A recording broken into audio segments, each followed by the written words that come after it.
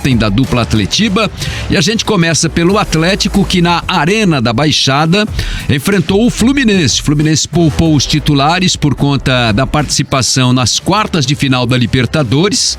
Tem jogos aí contra o Olímpia do Paraguai, jogou na quinta-feira e vai jogar de novo quinta-feira que vem lá no Paraguai. E o Atlético buscava a manutenção aí da sua invencibilidade, saiu na frente, tomou a virada e buscou o empate com um jogador a menos desde os 20 minutos do primeiro tempo. Vamos então falar do Atlético com o Vincenzo Dalicani aqui no Bate Pronto. Boa tarde, Vincenzo. Boa tarde, Niar. Boa tarde aos amigos da bancada e muito boa tarde ao ouvinte que nos acompanha também, tanto pelo rádio quanto pelo YouTube. Um jogo pro Atlético que visava entrar no G4 do Campeonato Brasileiro. Se vencesse o jogo, ultrapassaria o Fluminense na classificação e dependia aí do resultado do Grêmio, que venceu muito bem lá no Rio Grande do Sul, o Cruzeiro. Então conseguiria a quinta colocação se vencesse o jogo. Não conseguiu, estacionou na 7ª posição do Campeonato Brasileiro, fora do G6, que é o objetivo do Atlético. Claro, o objetivo é o G4, mas pelo menos a vaga, as fases preliminares aí da Copa Libertadores da América, o Atlético estacionado no Campeonato Brasileiro. O Atlético manteve invencibilidade, é verdade, são 7 jogos sem perder no Campeonato Brasileiro, mas apenas 3 vitórias nesses 7 jogos. Venceu o Bahia e venceu o Vasco lá atrás, lá em maio ainda, e aí são quase 4 empates seguidos. Venceu o Cuiabá nesse meio tempo, mas teve eliminação para a Copa Libertadores também nessa sequência. Então é um momento complicado que vive o Atlético do Wesley Carvalho, mesmo que tenha 7 jogos de invencibilidade no Campeonato Brasileiro. Ontem, como a Jana bem destacou nos nossos destaques aqui do Bate Pronto, um jogo muito definido pela expulsão do Vinícius Cauê aos 20 minutos do primeiro tempo. Mas um Atlético que no 11 contra 11 conseguia jogar, conseguia ter chances e criava as melhores chances. No primeiro lance do jogo, já o Léo Link, na verdade, a primeira chance é do Fluminense, mas é um erro do Léo Link. A bola recuada, ele domina um pouquinho mal, dá um tapa um pouquinho forte na bola, divide com o atacante, acaba ficando com a bola. Eu perguntei pro Léo Link se isso não afetou ele naquele momento, como foi o pensamento para dar a volta por cima na partida. Ele disse que treina muito mental e daqui a pouco a gente vai ouvir ele, ele falando na coletiva, o goleiro do Léo Link, 22 anos, apenas 5º jogo como profissional. Aos 9 minutos o Canóbio já tem uma grande chance com uma roubada de bola, ele bate da entrada da grande área e o goleiro Pedro Rangel faz uma boa defesa. Aos 12 minutos o Atlético faz o primeiro gol com o Kaká, uma bola cruzada pelo Vitor Bueno na segunda trave, bola pro meio, o Kaká bate na bola, chuta o gol, a bola desvia no Pedro Rangel, o goleiro do Fluminense, entra 1-0 para o Atlético.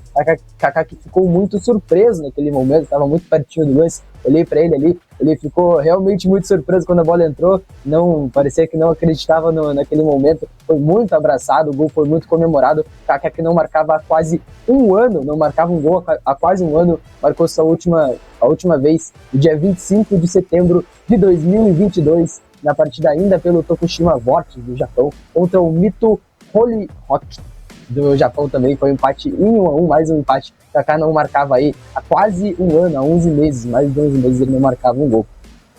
E aí o Atlético continuava nessa pressão. A primeira grande defesa do Léo Link foi aos 13 minutos, numa batida do Léo Fernandes dentro da grande área. Ele cai muito bem no canto direito para fazer a defesa. E aos 20, o Vinícius Cauê é expulso. Ele dá uma cotovelada, lance claro de expulsão, e que foi checada no VAR pelo Rafael Claus e marcada no campo de jogo. O Vinícius Cauê foi expulso e aí o Atlético perde a estrutura. O Wesley Carvalho comenta isso, que precisava defender com pernas rápidas depois da expulsão do Vinícius Cauê. Ele até tenta com o Tomás Coelho na lateral esquerda por um momento, mas o Fluminense ia cada vez mais aumentando a pressão e a posse de bola. Decidiu colocar o Zé Ivaldo aos 34 minutos de jogo no primeiro tempo.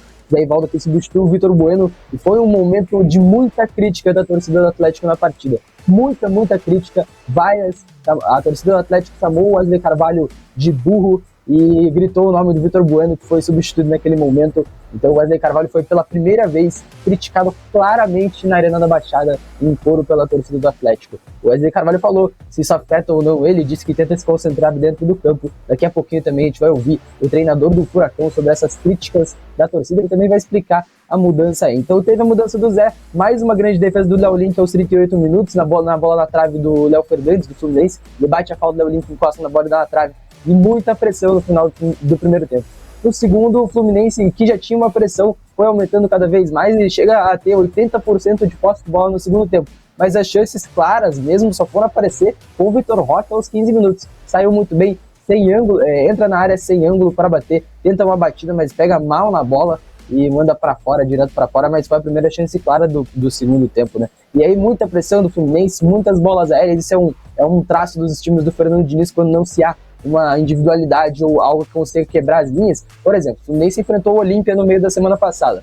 Enfrentou uma retranca absurda. O Olímpia foi ao Maracanã só para se defender. E o Keno resolveu o jogo. Toda vez que o Keno conseguia quebrar as linhas do Olímpia, o Fluminense conseguia criar boas chances. Ontem não tinha essa individualidade, não tinha esse jogador de quebrar as linhas do Atlético. Então resolveu muito nas bolas aéreas e no balanço dos dois alas. Os 2 gols do Fluminense saem em jogadas de bola aérea. O primeiro um cruzamento, um bate-rebate dentro da grande área, a bola sobra para o lateral direito. Estava jogando na ala, naquele momento dentro da grande área. O Guga, ele bate, tira do Léo Link, empata a partida. Logo depois, então o gol do Guga aos 30, aí 10 minutos depois, aos 42 minutos, na verdade, o João Neto, atacante da base do Fluminense, muito jovem também, faz um gol de cabeça depois de um cruzamento da esquerda. Ele estava nas costas do Coelho, que estava como lateral esquerdo naquela jogada. Não se cobra que o Coelho vai ganhar essa bola de cabeça. A torcida reclamou que o Léo Link não saiu naquele lance. O fato é que o João Neto cabeceou na pequena área para empurrar pro gol. Fazer o 2 Fluminense, um jogo que era completamente dominado pelo Fluminense e um placar que era merecido naquele momento.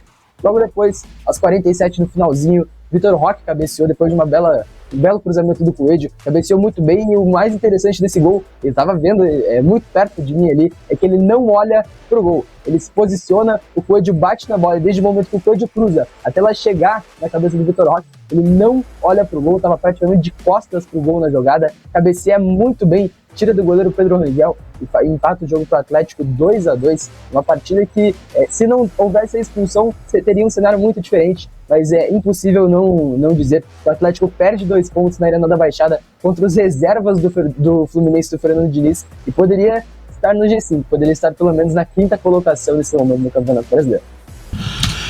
Foram circunstâncias do jogo que deixaram o 2-2, na minha opinião, como um resultado positivo para o Atlético ontem.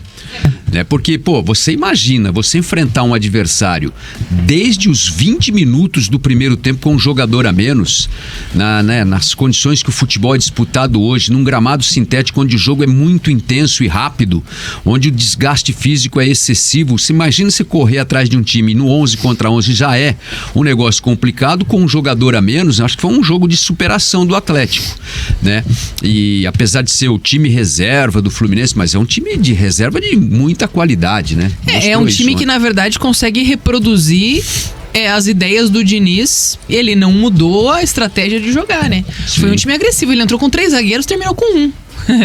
Ele, claro que no momento em que o Atlético tem um jogador expulso, ele tira um zagueiro, coloca o time todo pra frente pra tentar buscar o gol de empate, pra atacar o Atlético, e fez isso muito bem, né? Pressionou o tempo inteiro, acho que até pelas jogadas construídas ali, naquela estratégia de toque rápido na bola, né? O Curitiba, o Atlético, falando de Curitiba, o Atlético misturou tudo. O Atlético teve bastante dificuldade de marcação no meio-campo, então o Fluminense conseguia chegar com perigo, mas tinha dificuldade de finalizar. E aí os gols saíram em cruzamentos na área, né? Que foram momentos ali no segundo tempo em que o Fluminense conseguiu aproveitar, acho que até o cansaço já, né? Do Atlético na partida, mas defensivamente até então o Atlético se comportou muito bem.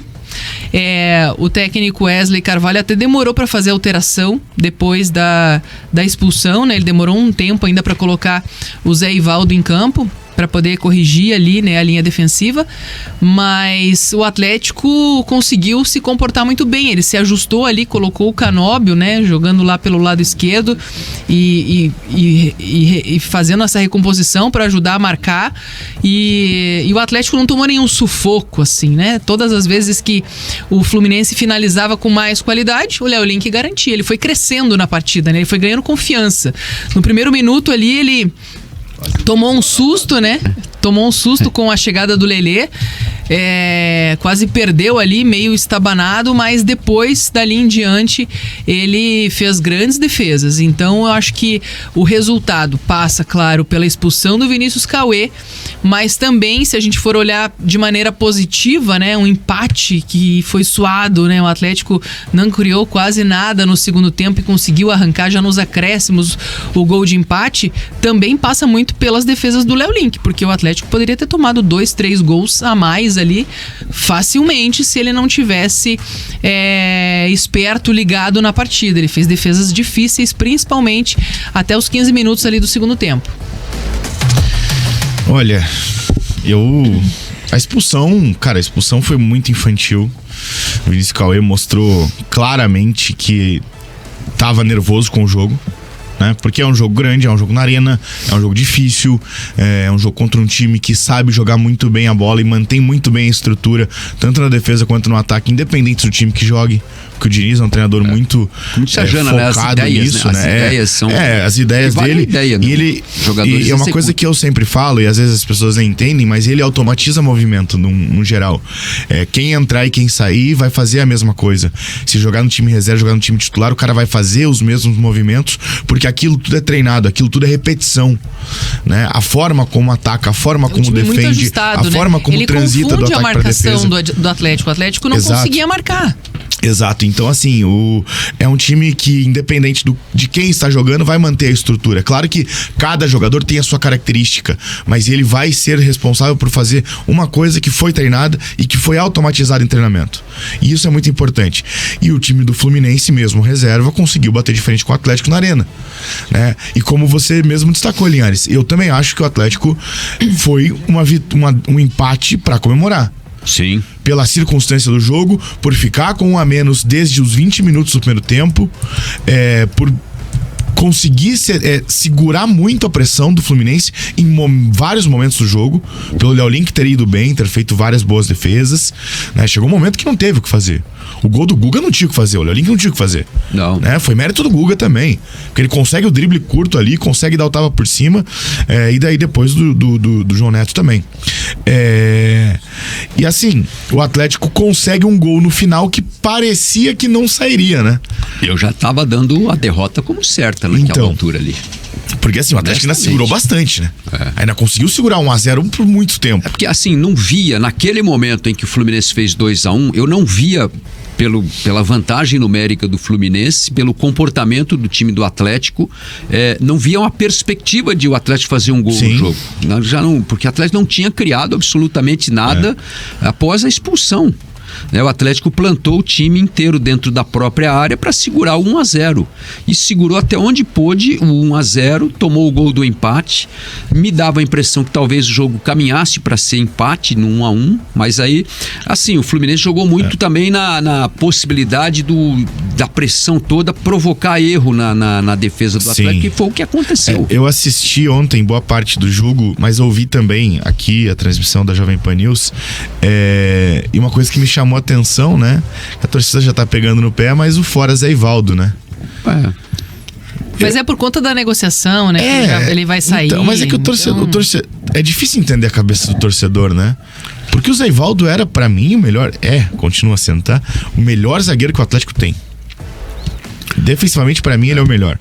Mais completo, ele tem vigor físico, ele tá bem fisicamente esse ano, diferente de algumas oportunidades.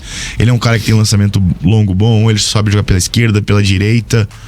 Ontem ele entrou mais uma vez improvisado ali na lateral esquerda, né? Pra poder liberar o Canobi. Sim. Pra suprir a deficiência da expulsão do Cauê também. Ele tem passe que quebra a linha com muita facilidade, ele consegue carregar a bola, ele consegue transitar.